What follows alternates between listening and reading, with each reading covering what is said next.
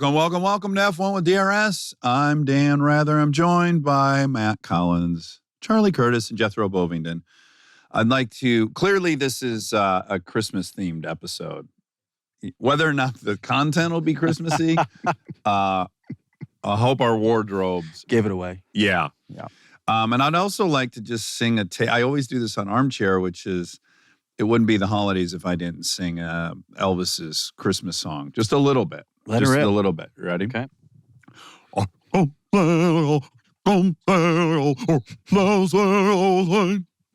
familiar with the Christmas album? I really hoping they're going to keep going. You were just getting into it. That is my very favorite Christmas song to hear on the radio, because I'm like, is he saying any of those words?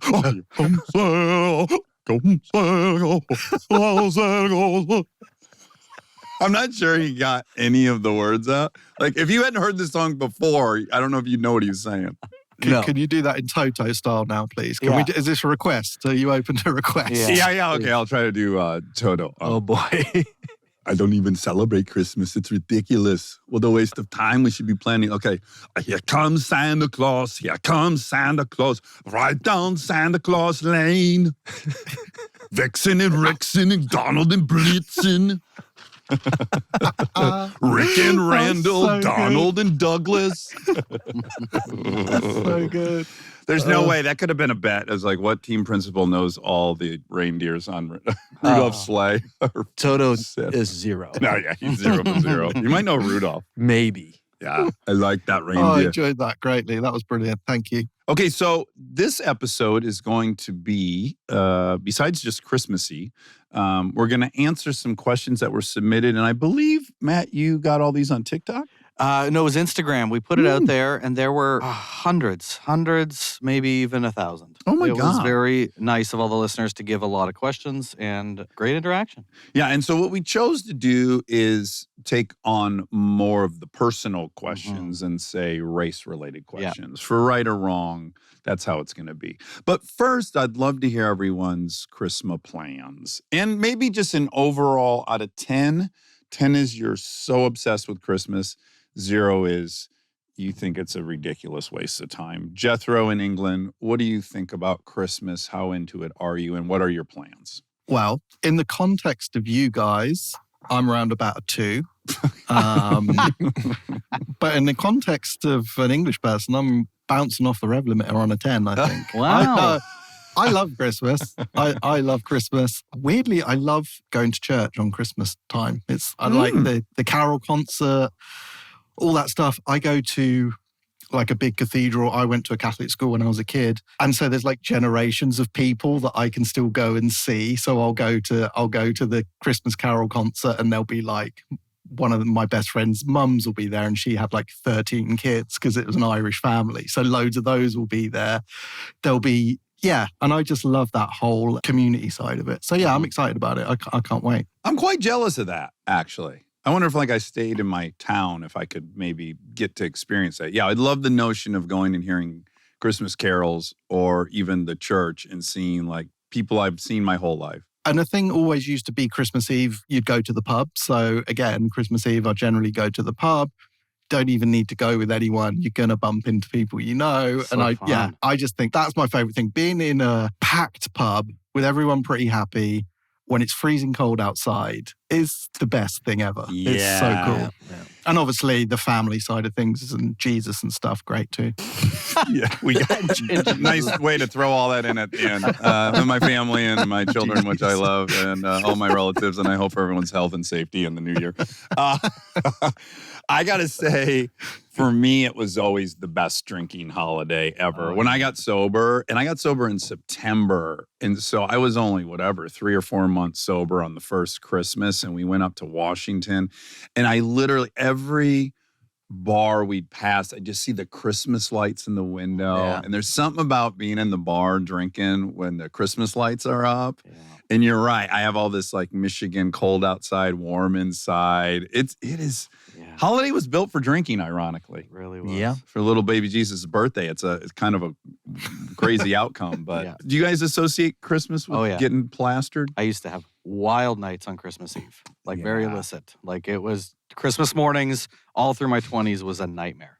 Like Christmas morning, I was like, Oh God. Yeah. It was not good. I was like going to bed at like 4, 5, 6, 7 in the morning and then waking up and trying to do Christmas with my family. I was with Aaron one Christmas Eve, and we went hard. And at some point, we were tackling each other in the snowy driveway. Again, went till 5, 6 in the morning. Woke up and my mom was hosting Christmas Eve, and I didn't get up till like 2 or 3 in the afternoon.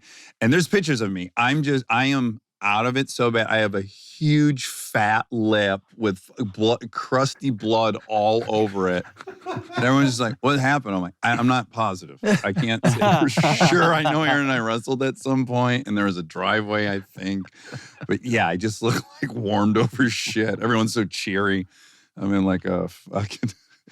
Oh, this is a mess. But good times. Good times. Yeah, I guess before kids, I always stayed here in LA for Christmas. Mm-hmm. And not a lot of people do. Right. So like you just go out and it's kind of the same thing. It's like whatever ragtag group of people are still in town and you can, it's fun here. It's not cold outside, but you still have that same vibe of like kind of a quiet city, but then there's a bunch of people packed into some little bar. Yeah. It's a good drinking holiday. And then, of course, the families. Those are nice, too, to have family. And, really health, everyone's health. Jesus, Good wishes for the new year. Jethro, you'll be at the pub on Christmas Eve this year? I hope so.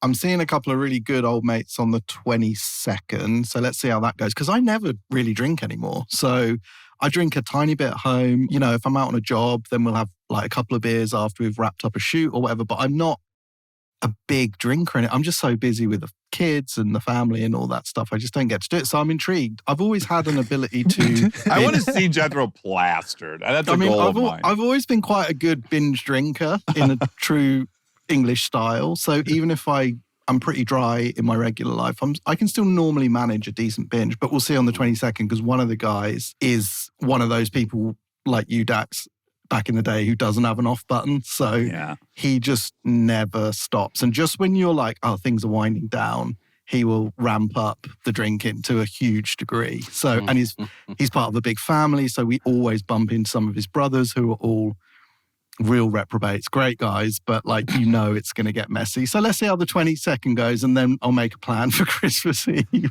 Speaking as that previous member of my group, he has a lot of weight on his shoulders because right as the energy is starting to peter out around night, he's got to come up with a game plan that is so outlandish and probably bring some powders into the mix and we got to recommit. Power through. Yes. But the amazing thing about him, he's a university professor now. I won't out him on here, obviously, but he's like incredibly smart, unbelievable work ethic, always had that, but just this incredible capacity to consume various things, just like you can't believe. It's amazing. It's truly a sight to behold. That is interesting because the dude I went hardest with in college, we were in an archaeology class together, a bunch of anthro classes, and he is now a tenured professor at UCLA, and he won the MacArthur Foundation, the MacArthur Fellowship Genius Award. And I thought for sure, certainly one of us would have been dead by 30, and probably both of us. So the fact that he ended up there, and never seemed to slow down, is so impressive. Jeez. One of my favorite things was going out with him. I'd occasionally meet other groups of his friends from his academic world, and they had no real bearing for what he could do. So on his stag do, we went out to London, just went to, it was a long night and a long morning. It went on and on and on. And at one point, this guy was like, do you think he's okay? Is he going to die or something? And I was like, no, this is fine. He's normal. just hold on a little bit longer. Get ready. I've had that same conversation on Aaron Weekly's behalf about 300,000 times. People pulling me aside that's fine that he's like that. He's sleeping on the hood of his car like that. And he'll be great. He'll be good. He'll feel great. He'll feel better than all of us when he wakes up somehow, that bastard.